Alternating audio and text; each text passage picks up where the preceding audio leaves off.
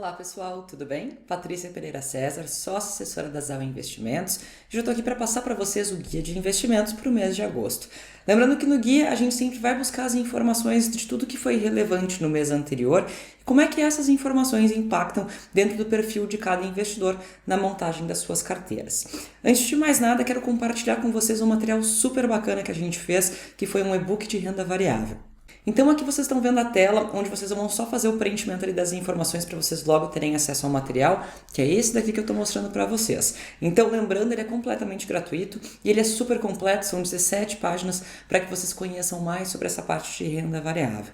Então para que vocês sempre fiquem por dentro de tudo que a gente está fazendo, então super importante a gente relembrar que a gente tem alguns canais importantes de comunicação com vocês. Então claro, um deles aqui é pelo YouTube, para quem ainda não se inscreveu, se inscrever no nosso canal, ativar a sinetinha e também através do nosso Instagram, onde a gente publica diversos materiais e conteúdos. E por último, a Zau também tem um canal de distribuição através do Telegram. Ele é um canal disponível para todos os investidores, onde a gente passa informações para vocês sobre o mercado, quais são as informações de renda variável, de renda fixa, o que está abrindo, fechando de fundos e tudo que for relevante para que vocês possam ficar bem informados diariamente. Com relação ao nosso guia, então deixa eu passar aqui para vocês só lembrando que todas as informações a gente sempre disponibiliza desses relatórios gratuitamente aqui no nosso site. Então é só vocês entrarem aqui no site da Zau, zau.com.br, virem aqui na parte de relatórios grátis, que logo em seguida vocês vão ter acesso a essa página e o relatório do guia, por óbvio, vai estar aqui na parte de guias de investimento. Então, o que a gente teve aí de relevante ao longo do mês de julho,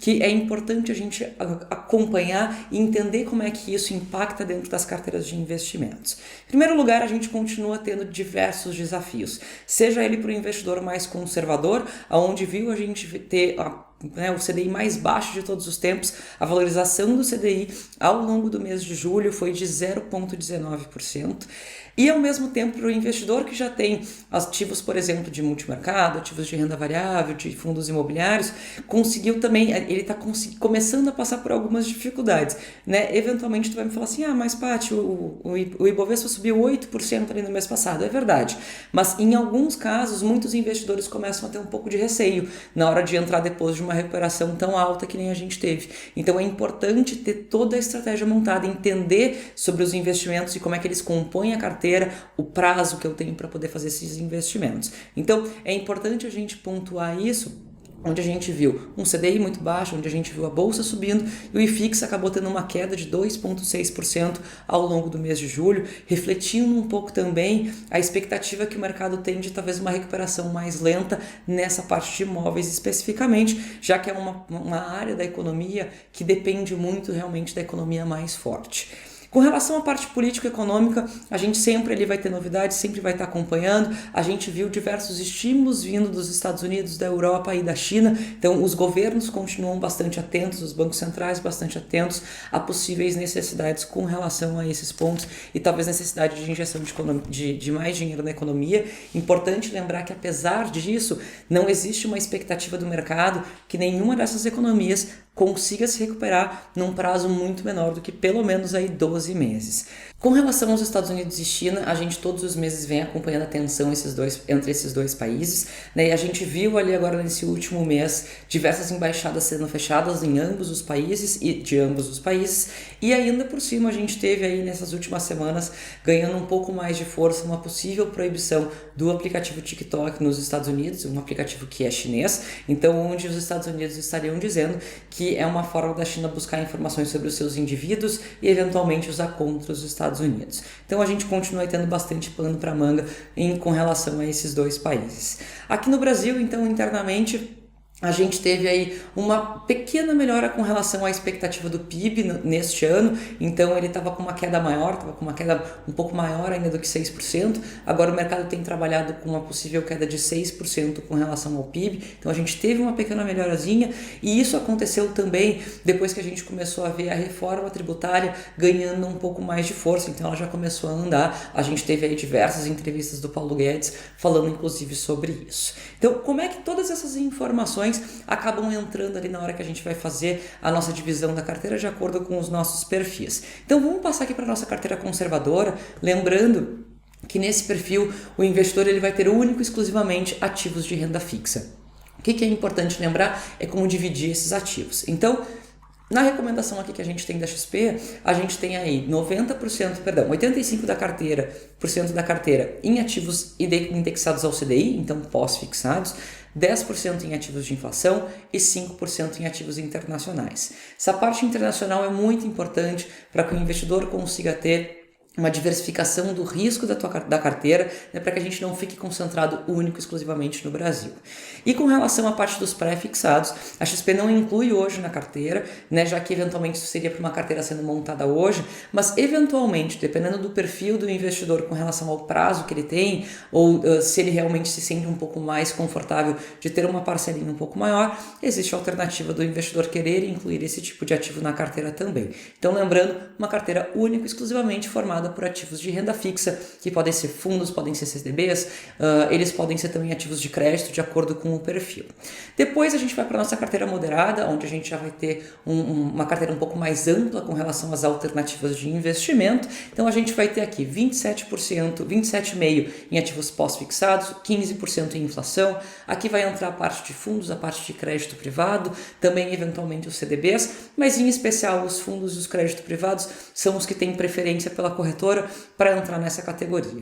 Depois a gente vai ter os fundos multimercado, importante, eu falo isso em todos os vídeos que a gente faz, importante dividir entre os diversos tipos de fundos que a gente vai ter no multimercado, então tem macro, fundo long short, fundos que utilizam robô nas suas estratégias. Depois a gente vai ter 11% em renda variável e depois 18% internacional. Na parte internacional, importante a gente lembrar que existe uma divisão entre renda variável e renda fixa. Então é importante o investidor conseguir diluir o seu risco, inclusive nessa parte de renda variável também, né? Não tem por que ele investir só em empresas aqui no Brasil. A gente faz diversos vídeos onde a gente mostra isso. Então é importante ele conseguir ter uma parcela da sua carteira também em ativos de renda variável no exterior. Depois, para o nosso investidor que tem o perfil agressivo, a divisão dos ativos vai mudar com relação ao percentual, mas a composição vai ser a mesma. Então 5% em ativos pós-fixados, 15% em inflação, 27% em ativos multimercado, 25% já maior do que a anterior em ativos Brasil, na parte de renda variável, e 28% em ativos internacionais, divididos ali uma parte em renda variável e depois a outra parte ali que a gente vai ter também em ativos de renda fixa internacional. Importante sempre lembrar que dentro da carteira aqui não aparece especificamente a parte dos fundos imobiliários, então ela entraria na parte de renda variável, mas para o investidor que gosta dessa área, quer diversificar, é certamente mais uma alternativa. E eu quero mostrar aqui para vocês só mais um material para que vocês consigam enxergar como é que isso funciona dentro de uma carteira efetivamente. Numa live que a gente tinha feito na semana passada, esse material foi produzido, onde eu vou disponibilizar para vocês também o link para que vocês possam acessar, onde ele explica mais sobre os perfis de investidor, então exatamente o que a gente estava falando até agora, dizendo quais são os tipos de investimentos para cada um desses perfis, e depois, por último, a gente vai ter aqui uma carteira de um cliente nosso que tem um perfil ali para moderado agressivo.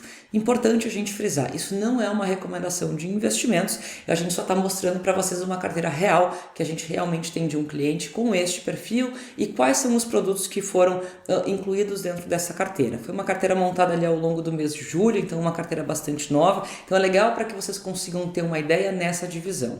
Então aqui a gente vai ter a divisão dos produtos, vocês vão ter todas as informações e aqui depois vocês vão ter o histórico de retorno dessa carteira, que para mim uma das partes mais importantes é vocês enxergarem essa oscilação, enxergarem a volatilidade de acordo com o perfil escolhido. Claro que dá para ter um pouco mais de renda variável, um pouco menos, essas informações sempre vão ser ajustadas em uma reunião do cliente com o assessor, então é por isso que é tão importante vocês fazerem essa reunião para que o assessor possa entender e auxiliar vocês nessa tomada de decisão para entender os prazos e a sensibilidade que vocês têm com relação ao risco. E por último, é importante a gente lembrar, para que essa construção de carteira ela seja possível, a Zaula disponibiliza diversas áreas internas, tanto para o assessor quanto para o cliente final. Então a gente tem uma área específica de renda variável com diversas divisões, então uma mesa específica para cliente, outra mesa que vai acompanhar as carteiras. A gente tem também uma área de fundos de investimentos, uma parte de renda fixa, de fundos imobiliários, uma parte de IPO. Então vão ser diversas áreas disponíveis para auxiliar o assessor e o cliente na tomada de decisão. Então a gente deixa aqui as nossas informações. Se vocês tiverem qualquer dúvida, é claro que a gente está sempre à disposição e a gente se vê em breve em um próximo vídeo. Até mais!